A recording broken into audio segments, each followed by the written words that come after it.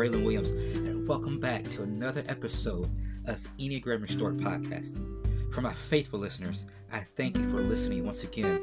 For new listeners, I hope you enjoy this episode. So today, I'm going to talk about the basics of threes.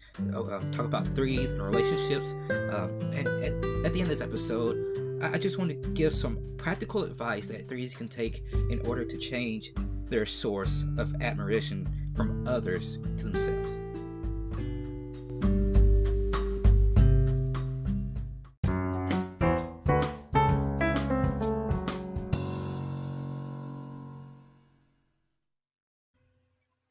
Let's start by talking about the basics of type 3s.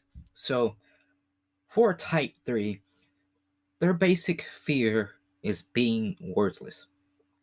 Type 3s really fear being insignificant. They fear failure. This fear of insignificance and failure drives 3s to strive for excellence, and they strive for acknowledgement of their accomplishments.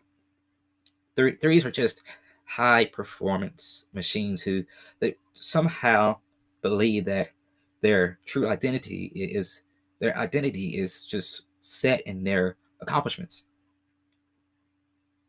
So the question begs itself, why is it that threes feel as if their identity is based off of the accomplishments? Well, it has to do with the fact that as kids, they pick up this wounding message that you are what you do.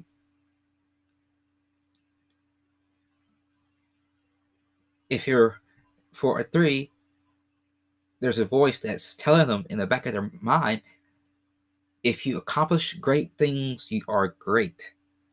If you accomplish nothing, you are nothing. Because that's just the message. That's the wounding message that they picked up as kids. You are what you do. It's not a healthy message, and I don't encourage it. But I can also tell you from personal experience that it's very well worth trying to move away from that point of thinking that you are what you do. Because although I'm not a type 3 myself, I'm a type 8, but I'm not a 3, and I have had moments. Again, this is how the Enneagram kind of works. Even though you're one main type, you still kind of experience all other types of the Enneagram too. But especially as a younger person, maybe junior high school age, where that's how I thought I am what I do. So if I do this, I am great. If I get to meet this person, I am successful. That was just kind of my mindset at the time. But again, I think that's a lot of teenagers' mindsets, really. But it's more than just a temporary phase for type 3s. This mindset that I am what I do is a lifelong thinking for someone who is a type 3. And it's not good. But all of this is why 3s are just motivated by an overwhelming need to be admired. And when a 3 begins moving in the direction of disintegration, when a 3 begins to experience moments of stress, experience time periods of stress, they become disengaged and apathetic like an unhealthy 9.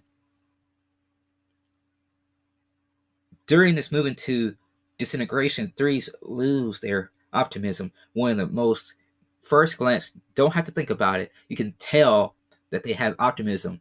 That's one of their characteristics that's just easy to tell right off the bat. As soon as you meet someone who's a 3, you can tell that they are very optimistic, and they lose that. So if you have a friend or if you have a family member who you know is a type 3, and like in the blink of an eye, they go from being optimistic to pessimistic, know that more than likely they are experiencing this movement to disintegration. They are experiencing stress. But on the flip side, when a 3 is moving in the direction of growth, A deceitful three will become much more compassionate and much more cooperative with other people because they, in moments of growth, threes go to the healthy side of type sixes. And it is here when a three is experiencing growth that, and they are on the positive side of six, that they experience being loved for who they are and not for what they do. And so my plea for anybody who is a three today, who is listening to this episode, or if you know someone who's a three, I ask you to plead on my behalf for me with that person. Can you agree with me today, from today out, as you listen to this episode, that you will do everything you can, that you will try your hardest each moment that you breathe to always be in this period of growth? Now, I know life is life, so we all are going to experience moments of stress. We're all going to move to disintegration because that's just part of life. But can you make the promise for me that you will try everything you can to always be moving in a direction of growth? Because I want you to experience that 24/7. I want you to experience being loved for who you are and not for what you do 24/7. 7 days a week, 365 days a year, for as long as you should live. I want you to experience that love. That I want you to experience being loved for who you are and not for what you do. Can you agree with that? You'll do that for me. That you will do everything that you can to always be moving in the direction of growth.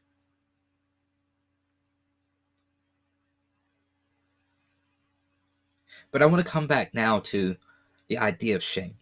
So each triad of the Enneagram has this one overwhelming emotion that really takes over each type of the Enneagram as they start to disconnect from their true self. And that overbearing emotional response that the heart triad receives is shame. And the twos, fours, and threes each deal with shame in a different way. For type twos and fours, they attempt to control their shame. But for type three, they just deny their shame.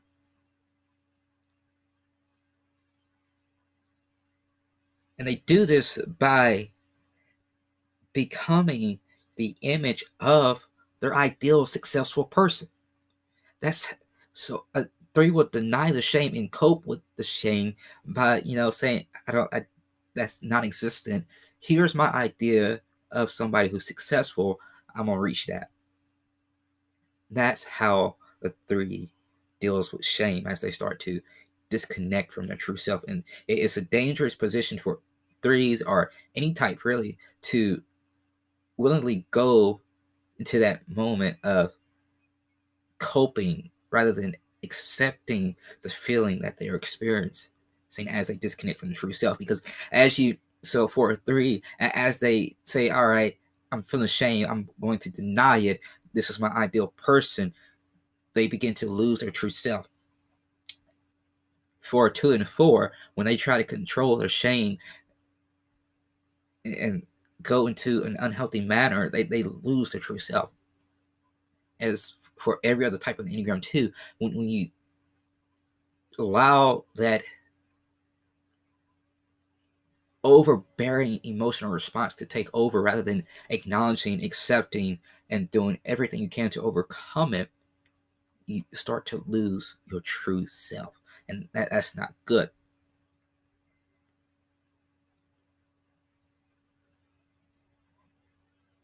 But of course, just like every other type of the Enneagram, not only do they have this, the threes have this overbearing emotional response, but threes also have a deadly sin, just like every other type of the Enneagram.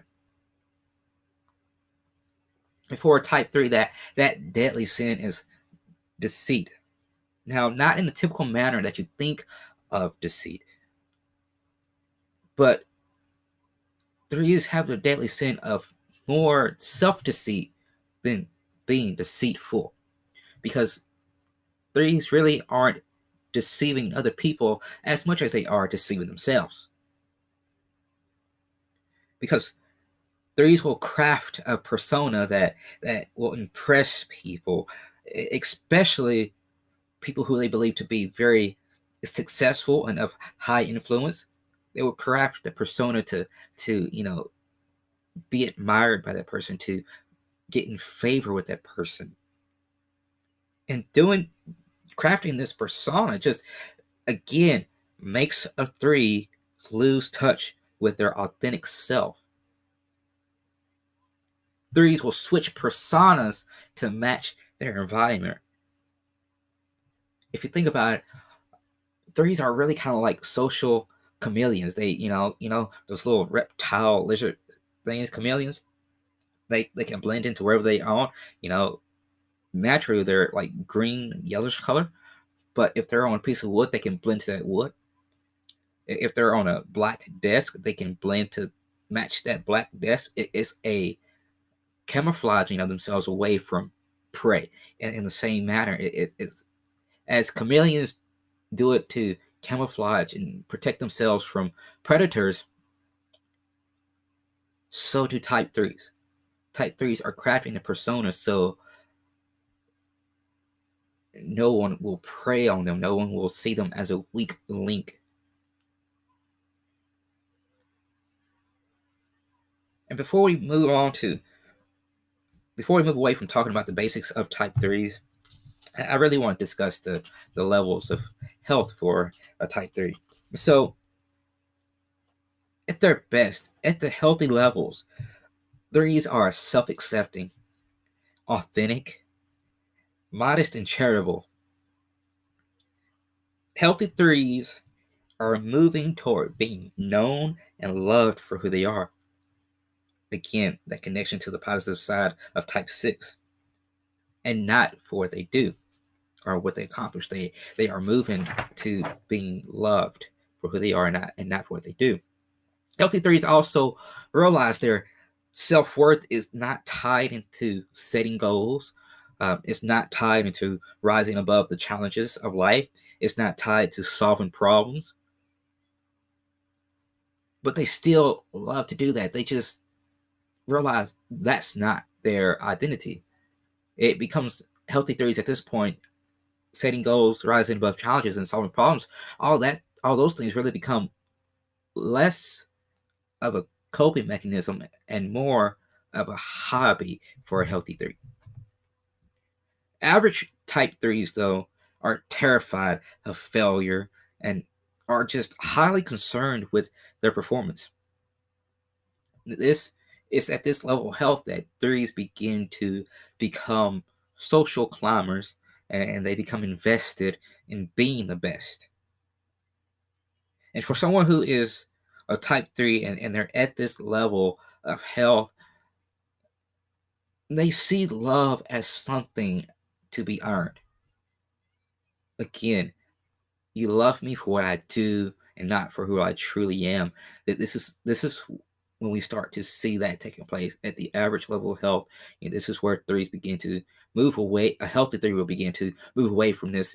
You love me, be it because of who I am and not for what I do, and flip it as they begin to become average health level and say, you don't love me for who I am, but you love me for what I do.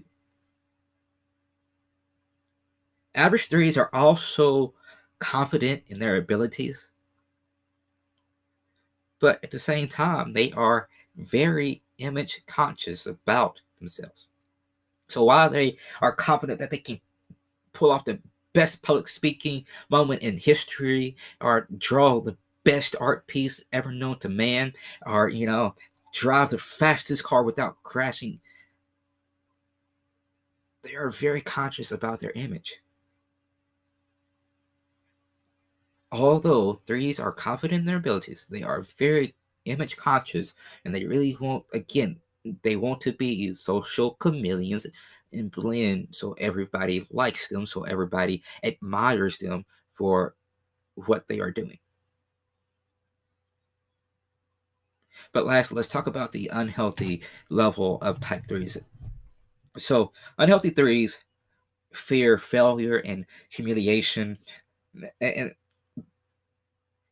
an unhealthy 3 is really willing to do whatever it takes to preserve their superiority. Now, this superiority is really an illusion. They may not have it unless they are somebody of, job wise, career wise, who actually does have superiority. But socially, really, for 3, superiority rarely ever exists, but they have this illusion that they have it. An unhealthy 3 may even throw people under the bus for their own advantage. And it is because unhealthy 3s are so desperate for attention that they turn their deadly sin of self-deceit into intentional deceit.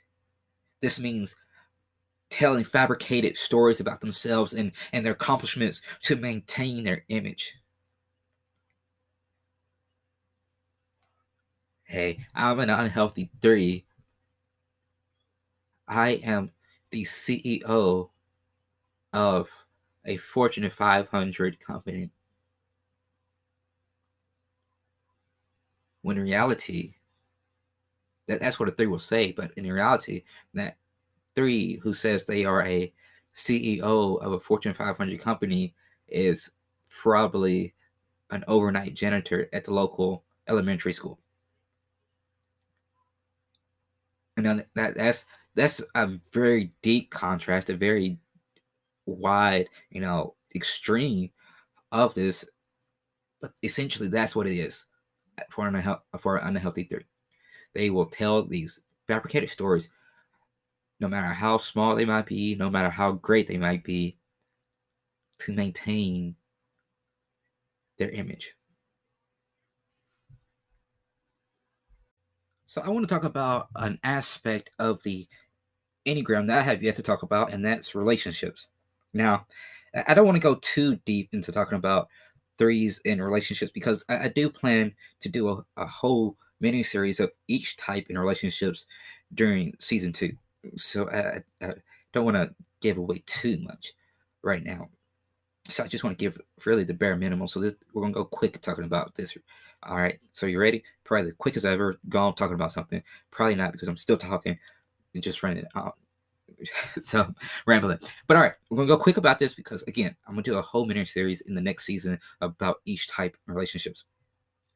But for a spiritually unaware type 3, they want to project an image of a perfect family to the outside world, which will often lead their spouse and their kids to uh, just pure exhaustion because they're trying to keep up with their this 3's idea of a perfect family. 3s can unconsciously view their spouse and the relationship as just as another task to mark off that long list of to do that just all right, my spouse got it. Talked about this marriage issue. All right, got it. That's kind of how the 3 thinks. They can unconsciously think, all right, my relationship with my spouse is just another to do item, and as I accomplish something, I can mark it off on my long list of to do. I feel accomplished. 3s desire friendships that are free and undemanding, but they never let their different friend circles mingle together. So even if it's friend circles from the same setting, they will never let them mingle. They will never let them mix. So even if a high school student has a a group of friends from school from the drama department, but then he also has a group of friends from school in the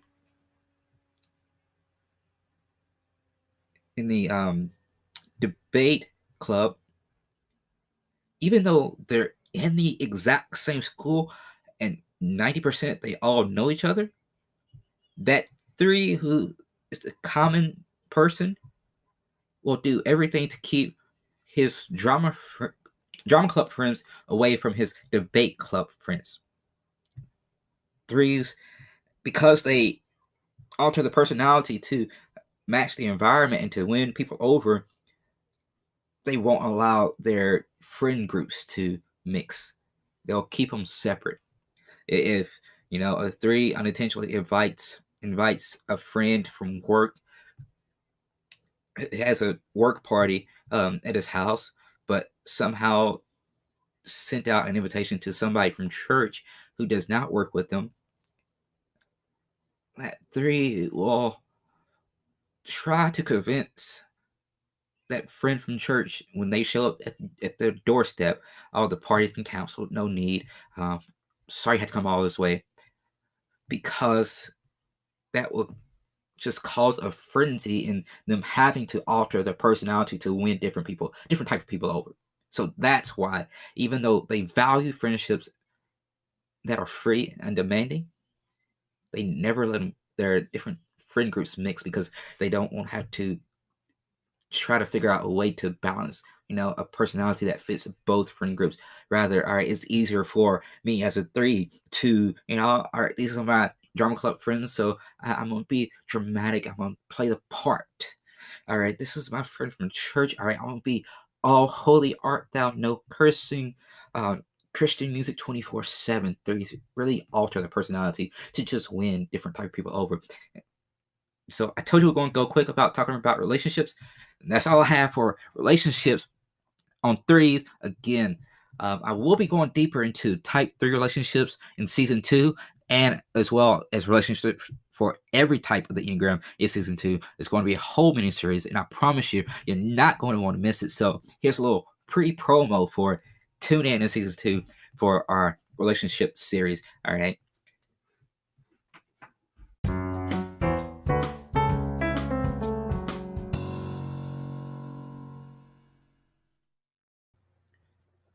Do you like buying merch and supporting your favorite brands? Well, now you can support Enneagram Start Podcast by showing off our merch.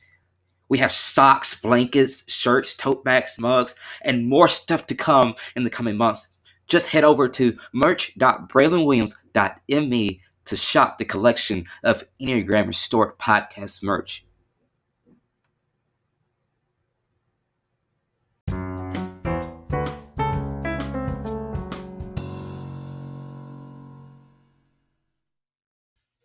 So before I end this episode, I want to give some practical advice, some practical tips for type 3s to experience to my bad, I'm losing my mind right now, but I want to give some practical advice, some practical tips for type 3s to change their source of admiration. So there are many ways for a type 3 to experience growth. It might be slowing down. It might be practicing active listening. It might even be developing charity within your relationships. Those are just a few ways a type 3 can experience growth. However, though, I think that the biggest way for a type 3 to grow would be changing their source of admiration. So if you're a type 3, please dial in, listen closely, lean in if you have to, turn the volume up even to listen to this, because I believe this will help you in the long run. So naturally, 3s seek acknowledgement and admiration of their accomplishments from other people, but it shouldn't be that way. Admiration should first come from God, second, yourself, and third, everyone else. Your admiration should come from everyone else last, after you get it from God and yourself. So first, as a 3, you should change your main source, your first source of admiration, to flow from God and from His love. You should strive to match your image to the image of Jesus Christ, as opposed to matching your image to the most successful, high influencing person you can think of here on earth. Your first source of admiration for your accomplishment should be God and His love. Strive to match your image to the image of Jesus Christ. The gifts of the Spirit, the fruits of the Spirit. Becoming experience love, joy, happiness, kindness, um, living by the Bible. One thing that I love and I myself just strive to be. I don't know if you ever heard, but I've heard of people and I've known some people who, when they talk about the Bible, they really talk about it like as if they lived it, as if it's happening in the current moment. I've literally known people who will, even though the story of Daniel and the lion's den happened like over 2,000 years, we'll talk about like as if it happened yesterday. We'll talk about the creation story as if it happened yesterday. They will talk about the sentencing of Jesus Christ to the cross as if it happened yesterday. And really, I have to be honest. I kind of strive to be like that myself. Be able to talk about the Bible like is as if I'm living it currently, even though it happened over 2,000 years ago. Your first source of admiration as a type 3 should be God and His love. And your second source of admiration should be yourself. So, how can you be your own source of admiration? Well, it starts by you becoming more self aware and embracing your vulnerability. Again, I'm not a 3, but I myself, I'm currently working on becoming more self aware and more vulnerable. I really I find it funny that so many of my life problems, um, spiritually, career wise, um, relationship wise, so many of those problems just somehow fix themselves as I become more self aware and as I embrace my vulnerability more. You've got to love yourself and embrace your vulnerability to the max. And I talk a little bit about me and my emotions and vulnerability in an earlier episode. It should be in episode 3 of this first season. I talk about it. So if you want to go back and listen to that, it could be some more practical advice for you that in that too, and as well in the area of self-love and vulnerability. But ask yourself, as a type 3, ask yourself, whether it's one time a day or if it's multiple times a day, ask yourself this question. Do your words, actions, thoughts, goals match how you truly and authentically feel? Does that goal of becoming CEO of Walmart really match what you want to do authentically? Or do you just want to be a teacher at the local high school? Do how you authentically feel match your current goals, your words, your thoughts, your actions?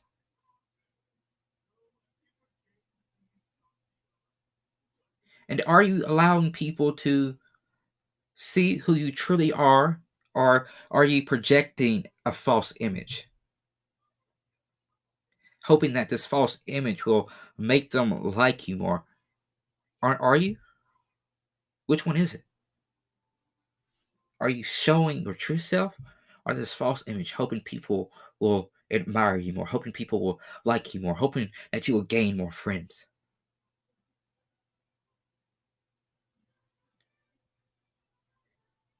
If you're projecting a false image, I'm here to tell you today that it is time for you to embrace your vulnerability to the max. Embrace your vulnerability to the max. Say it with me one time. Embrace my vulnerability to the max. I can tell you from experience that once you begin to embrace your vulnerability to the max,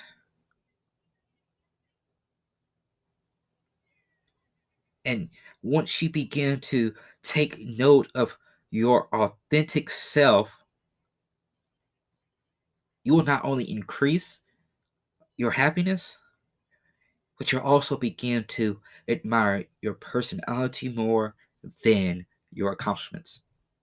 You'll begin to admire yourself for who you are more than you will for what you think other people see you as, for what your accomplishments say you are, for what your degree says you are.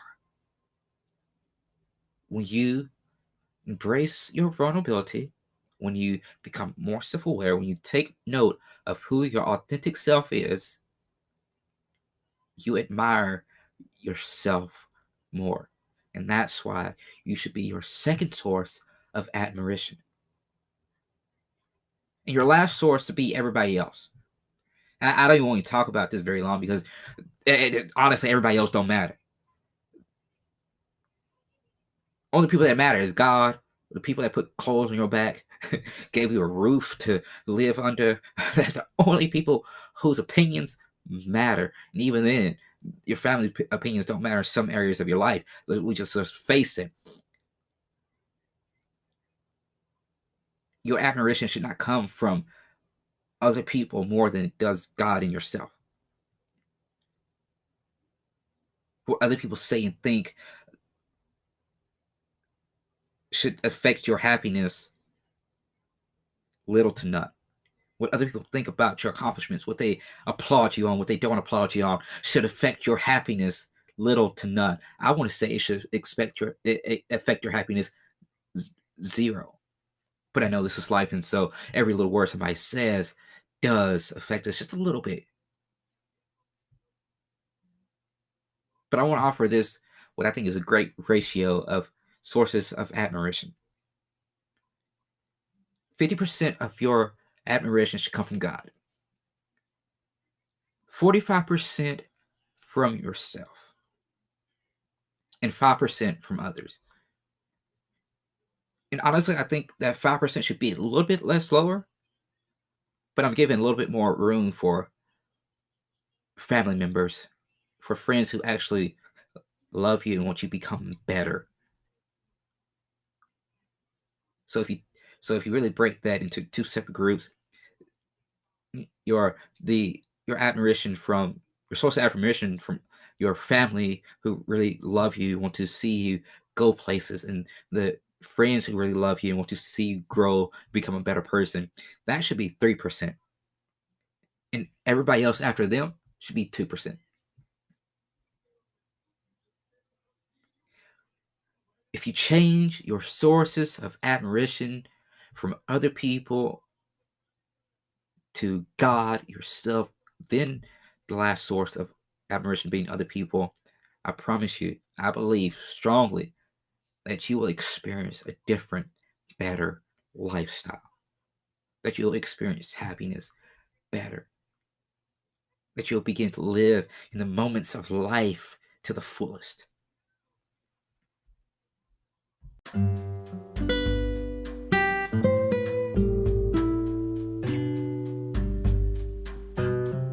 Well, that's all I have for this episode of Enneagram Restored podcast for you. Again, thank you for listening. I encourage you, don't miss next week's show. Going to wrap up talking about the heart triad and talk about type 4s.